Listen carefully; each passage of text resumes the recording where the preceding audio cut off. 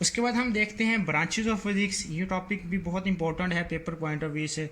ये हम हमारी बुक में 9 ब्रांचेज हैं और ऑलमोस्ट हर पेपर के अंदर 2 ब्रांचेज एग्जामिनर आपसे पूछे, तो इसको अपने अच्छे से समझना है। बहुत ईजी है और पेपर पॉइंट ऑफ व्यू से बहुत इंपॉर्टेंट भी है। ठीक है, उसमें जो सबसे पहले हमारे पास ब्रांच है वो हमारे पास है मैकेनिक्स। मैकेनिक्स क्या चीज़ है? ये हमारे पास फिजिक्स की वो ब्रांच है, it is the study of motion of objects, its causes and effects. इसमें हम क्या करते हैं मैकेनिक्स के अंदर जो सारी की सारी हमारे पास डिस्कशन है वो क्या है, ऑब्जेक्ट्स की मोशन से मुतल्लिक है। यानी हमारे पास क्या है, जितने भी ऑब्जेक्ट्स हैं, कोई भी ऑब्जेक्ट है जो क्या कर रहा है, मोशन के अंदर है, उसकी जो सारी की सारी डिस्कशन है, जो स्टडी है, वो हमारे पास किसके अंदर आती है, वो मैकेनिक्स के अंदर आता है। अगर हम अपने इर्द गिर्द देखें तो ऑलमोस्ट हमारे पास बहुत सारी ऐसी चीज़ें हैं जो क्या कर रही हैं मोशन में। अगर हम अपने खुद अर्थ की बात करें या प्लैनेट्स की बात करें तो वो क्या कर रहे हैं, वो भी सारे के सारे क्या हैं, मोशन के अंदर है। ठीक है, उसके अलावा हम गाड़ियों की बात करते हैं या फिर और इंसान चल रहे हैं या कोई भी ऑब्जेक्ट जो क्या कर रहे हैं मोशन में, हरकत के अंदर है, उनकी सारी की जो डिटेल की जो स्टडी है वो हम किस में करते हैं, मैकेनिक्स में करते हैं। ठीक है, फिर क्या है, और दूसरा ये है भी उस मोशन का फिर आगे क्या कॉजेज क्या है, क्या असरात, यानी वो जो मोशन है वो किस वजह से पैदा हो रही है, उसका मोशन का पैदा होने का पीछे सबब क्या है, वो क्या है, फिर आगे उस मोशन के आगे असरात क्या है, फिर वो जो ऑब्जेक्ट क्या है जो मोशन में है, फिर आगे जब वो मोशन करेगा उसके आगे क्या इफ़ेक्ट्स होंगे, तो वो सारे के सारे हम किसके अंदर डिस्कस करते हैं, मैकेनिक्स के अंदर। फिर इसमें भी हमारे पास आगे 2 हम पढ़ते हैं, वो कैनेमेटिक्स को भी हम इसी में डिस्कस करते हैं, वो भी मैकेनिक्स में आता है। और फिर डायनेमिक्स भी हम क्या करते हैं, मैकेनिक्स के अंदर ही डिस्कस करते हैं। तो इसमें जो बस जो बात याद रखने वाले वो यही है भी ऑब्जेक्ट्स की जो मोशन है उसके फिर क्या कॉजेज़ हैं और क्या इफ़ेक्ट्स हैं, वो सारे के सारे हम मैकेनिक्स के अंदर ही डिस्कस करते हैं। उसमें जो सेकेंड वन हमारे पास है वो है हीट। हीट जैसे कि नाम से आ रहा है, हीट हरारत। अब हीट भी क्या है, एक बड़ी मेजर फील्ड है। इसमें हम क्या करते हैं, it deals with the nature of heat, modes of transfer and effects of heat. अब क्या है भी हीट की नेचर क्या है, सबसे पहले भी हम हीट को डिस्कस करते हैं, जैसे कि नाम से हरारत है। अब हीट क्या है, इसका नेचर क्या है हीट की, उसके बाद हम देखते हैं भी हीट को कैसे एक जगह से दूसरी जगह हम ट्रांसफ़र कर सकते हैं, और थर्ड वन क्या है, फिर आगे हीट के इफ़ेक्ट्स क्या हैं। अब थोड़ा सा बात करें नेचर ऑफ हीट की।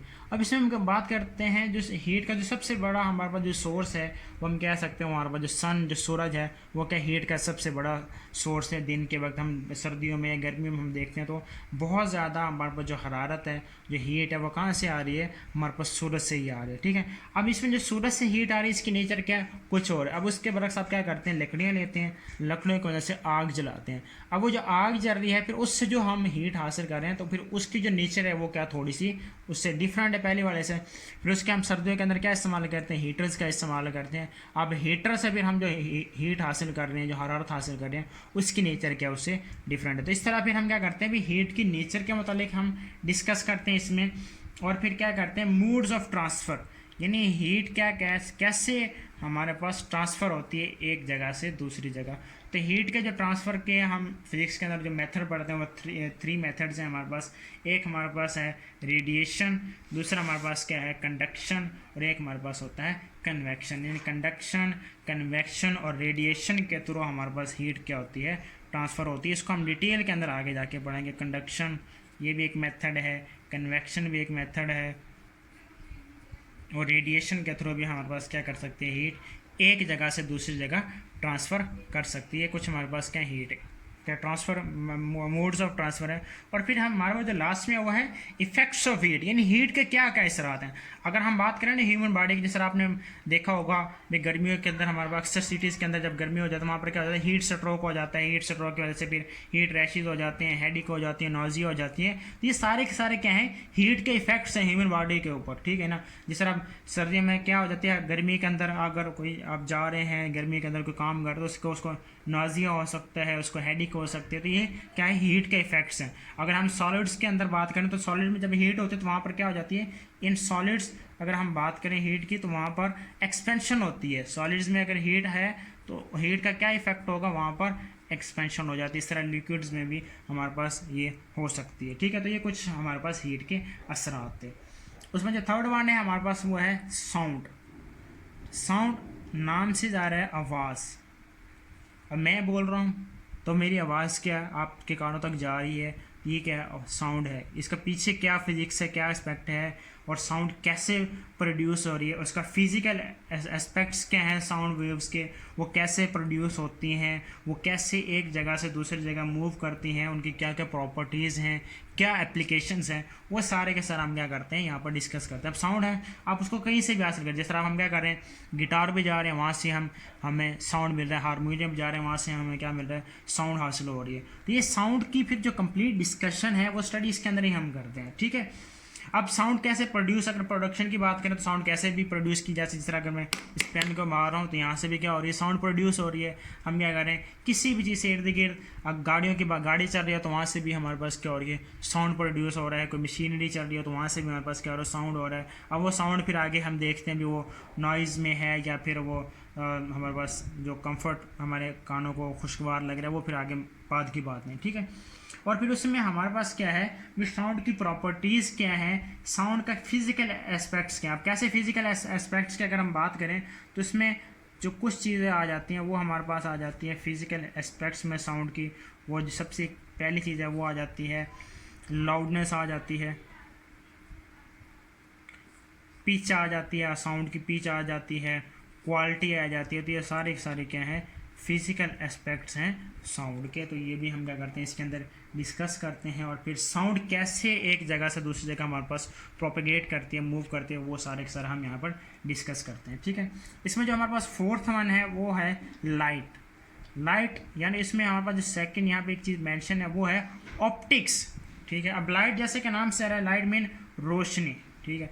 अब अगर देखें तो लाइट क्या है, अब इसका लाइट का या फिर ऑप्टिक्स का अगर हम बात करें तो ये दरअसल इसे हम कह सकते हैं स्टडी ऑफ साइट, यानी जो देखने की साइट का मतलब पता है, जो हम किसी चीज़ को देख रहे हैं तो वो सारे के सारे इसी लाइट्स और ऑप्टिक्स के अंदर ही। ऑप्टिक्स कहते हैं स्टडी ऑफ साइट को, यानी ऑप्टिक्स की अगर हम बात करें तो इसमें क्या आ जाता है, इसमें आ जाता है स्टडी ऑफ साइट, यानी किसी भी चीज़ को अगर हमने देखना है तो उसके लिए हमें क्या चाहिए, लाइट चाहिए ना। अगर कोई चीज़ लाइट होगी तो हमें क्या कोई ना कोई चीज़ दिखाई दे रही है, अगर लाइट नहीं होगी तो हमें कोई भी चीज़ दिखाई नहीं दे रही, ठीक है। उसका फिजिकल एस्पेक्ट्स क्या है साउंड का, उसकी प्रॉपर्टीज़ क्या है, उसके वर्किंग क्या है, और फिर हम इसमें जो मेजर चीज़ है वो क्या है, ऑप्टिकल इंस्ट्रूमेंट्स का यूजेस क्या है, ठीक है ना। यानी फिर आगे हम अगर जिस तरह हमें लोगों को कोई मसला हो जाता है देखने के लिए तो फिर उसके लिए वो क्या करते हैं, ऑप्टिकल इंस्ट्रूमेंट। अब ऑप्टिकल इंस्ट्रूमेंट हम बहुत सारी चीज़ों के अंदर इस्तेमाल करते हैं। हम जो ग्लासेस इस्तेमाल कर रहे हैं उसके लिए उसके अंदर हम इसका ऑप्टिकल का इस्तेमाल करते हैं। उसके अलावा हम क्या कर रहे हैं, अगर हम कोई माइक्रोस्कोप की बात करें तो वहाँ पर भी हमें इसी चीज़ का लाइट चाहिए होती है। ऑप्टिकल इंस्ट्रूमेंट जितने भी हैं वहाँ पर हमें लाइट की लाजमी तौर पर ज़रूरत पड़ती है। फिर इसकी कुछ करैक्टरिस्टिक्स होती हैं लाइट की, जैसे डायरेक्शन हो गया, इंटेंसिटी हो गया, कलर हो गया, हार्डनेस हो गया, कॉन्ट्रास्ट हो गया। तो ये बहुत सारी चीज़ें हैं लाइट के मतलब जो कंप्लीट डिस्कशन है वो सारे के सारे हम क्या करते हैं इसके अंदर डिस्कस करते हैं। और फिर ऑप्टिकल इंस्ट्रूमेंट जो भी हम इस्तेमाल करते हैं वो भी सारे के सारा हम इसी के अंदर डिस्कस करते हैं। इसमें जो फिफ्थ है हमारे पास वो है electricity and magnetism. Electricity and magnetism, जैसे कि नाम से जा रहा है इलेक्ट्रिसिटी। अब इलेक्ट्रिसिटी दरअसल क्या है, इसमें हम बात करते हैं, अगर हम इलेक्ट्रिसिटी की बात करें तो ये हमारे पास होता है दरअसल फ्लो ऑफ चार्जेस की बात करते हैं। फ्लो ऑफ चार्जेस, उसमें हमारे पास चार्जेस में आ जाते हैं इलेक्ट्रॉन भी आ जाता है और क्या आ जाते हैं प्रोटॉन, दोनों की फ्लो की हम क्या करते हैं जो डिस्कशन है, जो स्टडी है वो इसमें बात करते हैं, ठीक है। और इसमें हम बात करते हैं जब चार्जेस रेस्ट में पड़े हैं उसके क्या असरात होंगे, जब चार्जेस मोशन के अंदर होंगे तो इसके क्या असरात होंगे। ये सारे के सारे हम किसके अंदर डिस्कस करते हैं, इसी इलेक्ट्रिसिटी के अंदर बात करते हैं, ठीक है। और फिर दूसरा जो चीज़ है वो हमारे पास है मैग्नेटिज्म की, ठीक है। और फिर क्या है भी इसका चार्जेस जब रेस्ट के अंदर है तो फिर उसका क्या इफेक्ट है और फिर मैग्नेटिज्म के साथ उसका क्या रिलेशनशिप है। यानी मैग्नेटिज्म से मुतालिक हम बात करते हैं, मैग्नेट्स की बात करते हैं, फिर उसके अंदर हमारे पास क्या होता है, नॉर्थ पोल होता है, साउथ पोल होता है। फिर उसमें हम ये भी देखते हैं भी कभी कुछ दो असाम, जैसे हम अगर बात करें एक मटेरियल हमने आयरन का ले लिया तो कभी हम देखते हैं वो एक दूसरे को अट्रैक्ट कर रहे हैं और कहीं पर क्या कर रहे हैं वो अपने आप को दो जो मटेरियल्स हैं एक दूसरे को रिपेल कर रहे हैं। तो वो सारे के सारे जो डिस्कशन है वो हम किसके अंदर, इलेक्ट्रिसिटी एंड मैग्नेटिज्म के अंदर डिस्कस करते हैं। मैग्नेटिज्म के अंदर हम बात कर लेते हैं मैग्नेट की, और इसमें हम बात करते हैं नॉर्थ पोल भी हमारे पास होता है, साउथ पोल भी होता है, और फिर हम बात करते हैं भी कब वो एक दूसरे को अट्रैक्ट कर रहे हैं, कब एक दूसरे को रिपेल कर रहे हैं। ये सारे के सारे हम किसके अंदर इलेक्ट्रिसिटी एंड मैग्नेटिज्म में डिस्कस करते हैं। उसके बाद जो 6 वन है हमारे पास वो है एटॉमिक फिजिक्स। जैसे कि नाम से जा रहा है एटॉमिक फिजिक्स यानी एटम से मुतालिक जो स्टडी है सारी की सारी वो हम किस में डिस्कस करते हैं, एटॉमिक फिजिक्स के अंदर, ठीक है ना। अब कैसे atomic physics, it is study of structure and properties of atom. अब देखें ना, हर मुख्तलिफ एटम्स हैं उनका क्या होता है, स्ट्रक्चर कुछ का डिफरेंट होता है, फिर हर एक एटम की जो प्रॉपर्टीज होती हैं वो दूसरे से डिफरेंट होती है। अब कैसे, जिस तरह हमें कहते हैं भी हर एक एटम का जो टिपिकल साइज होता है वो क्या होगा, दूसरे से डिफरेंट होगा। हाइड्रोजन का जो साइज ऑफ एटम होगा वो कुछ और होगा, एल्यूमिनियम का कुछ और होगा, नाइट्रोजन का कुछ और होगा, कार्बन का कुछ और होगा। इस तरह जो साइज ऑफ एटम हो गया वो उनका क्या हो गया, ये भी प्रॉपर्टी में आता है, वो डिफरेंट होता है। एटॉमिक नंबर को हम के हिसाब से देखते हैं, एटॉमिक मास के हिसाब से देखते हैं, फिर हम देखते हैं अभी एक एटम के अंदर जो क्या है, प्रोटॉन, न्यूट्रॉन और इलेक्ट्रॉन की जो तादाद है वो कितनी है। हर एक एटम के जो इलेक्ट्रॉन, प्रोटॉन, न्यूट्रॉन की तादाद जो होती है वो डिफरेंट होती है, वो स्पेसिफिक होती है। इस तरह एटम से मुतालिक जो कंप्लीट डिस्कशन है, जो स्टडी है वो हम किस में डिस्कस करते हैं, एटॉमिक फिजिक्स में हम देखते हैं, ठीक है। उसके बाद जो 7 वन है हमारे पास वो है न्यूक्लियर फिजिक्स, ठीक है। इसमें हम क्या करते हैं, it deals with the properties and behaviour of nuclei and the particles with in the nuclei. इसमें हम क्या करते हैं भी, जो हमारे पास जो प्रॉपर्टीज़ है या फिर न्यूक्लियाई का जो बिहेवियर है, यानी न्यूक्लियाई मतलब हमें पता है भी जो सिंगल होता है उसको हम न्यूक्लियस कहते हैं, लेकिन जब कलेक्टिव हो जाते हैं, ज़्यादा की बात करते हैं वो हमारे पास क्या कहलाते हैं, न्यूक्लियाई कहलाते हैं। यानी न्यूक्लियाई का हर एक एटम का हमें पता है कि न्यूक्लियस होता है, तो उसकी क्या प्रॉपर्टीज़ हैं, ठीक है, और उसका कैसा बिहेवियर है उसके मुतालिक, और फिर उस न्यूक्लियाई के अंदर या न्यूक्लियस के अंदर जो पार्टिकल्स है उनकी जो प्रॉपर्टीज़ हैं, उनकी जो कंप्लीट डिस्कशन है वो सारे के सारे हम किस में करते हैं, न्यूक्लियर फिजिक्स में। यानी इसमें हमारे पास क्या है, जो न्यूक्लियाई है और उसमें जो उसके अंदर हमारे पास पार्टिकल होते हैं, जैसे हम बात करते हैं न्यूट्रॉन की, या फिर हमारे पास जो सेकेंड होता है वो होते हैं प्रोटॉन। या हम इस पे जो बेसिक लेते हैं वो हम छोटी क्लास में हमने पढ़ा हुआ, हम कहते हैं न्यूक्लियस के अंदर हमारे पास क्या होता है, न्यूट्रॉन और प्रोटॉन। लेकिन एक्चुअल में भी जो न्यू है तो उसके मतलब हमारे पास जो एक न्यूक्लियस है उसके अंदर ऑलमोस्ट 100 से ज़्यादा क्या होते हैं, पार्टिकल्स होते हैं। तो उसकी कंप्लीट डिस्कशन क्या है, जितने भी पार्टिकल्स हैं उनकी जो स्टडी है वो सारी की सारी हम किस में करते हैं, न्यूक्लियर फिजिक्स में। उसके बाद जो 8th वन है हमारे पास वो हमारे पास है प्लाज्मा फिजिक्स, ठीक है। यानी प्लाज्मा फिजिक्स में हम बात करते हैं 4th स्टेट ऑफ मैटर की। यानी हमें पता है मैटर की एक, जैसे हम स्टार्ट छोटी पढ़ते हैं, छोटी क्लास में हमने पढ़ा हुआ भी, हमारे पास मैटर की 3 स्टेट होती हैं। एक होती है गैस होती है, लिक्विड होती है, सॉलिड होती है। उसमें जब 4th स्टेट हम लेते हैं वो हमारे पास क्या होती है, प्लाज्मा। यानी इसमें हम क्या करते हैं, मैटर की 4th स्टेट के मुतालिक जो डिस्कशन है वो प्लाज्मा फिजिक्स में हम करते हैं। और उसके साथ साथ हम बात करते हैं आयनिक स्टेट की। किसकी, आयनिक स्टेट। आयनिक स्टेट में हम बात करते हैं आयंस की, और साथ में हम बात करते हैं इलेक्ट्रॉन्स की। यानी आयंस में फिर हमारे पास 2 आयंस होते हैं, एक हमारे पास होता है नेगेटिव आयंस और दूसरा हमारे पास क्या होता है, पॉजिटिव आयंस। तो इनकी आयंस की जो आयनिक स्टेट है इसकी जो कंप्लीट डिस्कशन है सारी की सारी मैटर के हवाले से वो हम बाद में किस में डिस्कस करते हैं, प्लाज्मा फिजिक्स में। और हम इसमें ये भी देखते हैं भी हमारे पास कैसे प्लाज्मा या कैसे हमारे पास मैटर की 4th स्टेट प्रोड्यूस होते हैं वो भी हम इसमें डिस्कस करते हैं। और इसमें जो लास्ट वन है हमारे पास वो है जियो फिजिक्स, ठीक है। जियो फिजिक्स जैसे कि नाम से ज़ाहिर है, जियो का मतलब क्या होता है, अर्थ। इसमें हम बात करते हैं internal structure of the earth. यानी हमारे पास क्या है, अर्थ का जो इंटरनल स्ट्रक्चर है, अर्थ के अंदर क्या क्या चीज़ें हैं, नियर स्पेस क्या है, ये सारे के सारा जो है वो हम किस में डिस्कस करते हैं, जियो फिजिक्स में। ये हमारे पास एक काफ़ी ब्रॉड फील्ड है।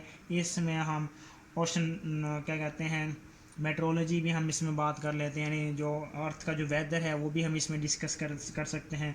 उसके बाद हम ओशनोग्राफी को भी हम क्या करते हैं इसके अंदर ही डिस्कस करते हैं जियो फिजिक्स के अंदर। ये काफ़ी चीज़ें हैं जो हम क्या करते हैं इसमें डिस्कस करते हैं, जैसे ओशनोग्राफी भी हम क्या करते हैं इसी में फिर आ जाते हैं, वो जियो फिजिक्स में हम क्या करते हैं डिस्कस करते हैं। मेट्रोलॉजी भी आ जाता है, यानी जो वेदर के मतलब हमारे पास जितनी भी डिस्कशन होती है, जितनी भी इंफॉर्मेशन होती है वो भी हम इसी में डिस्कस करते हैं। ये कुछ ब्रांचेज हैं फिजिक्स की, पेपर पॉइंट ऑफ व्यू से बहुत इंपॉर्टेंट है। तो नेक्स्ट अब आपने करना है क्या है, इसमें जो ब्रांचेज ऑफ फिजिक्स इसको आपने अच्छे से देखना है, समझना है, समझ के करना है। बहुत ईजी है, पेपर पॉइंट ऑफ व्यू से बहुत इंपॉर्टेंट है, इसको आपने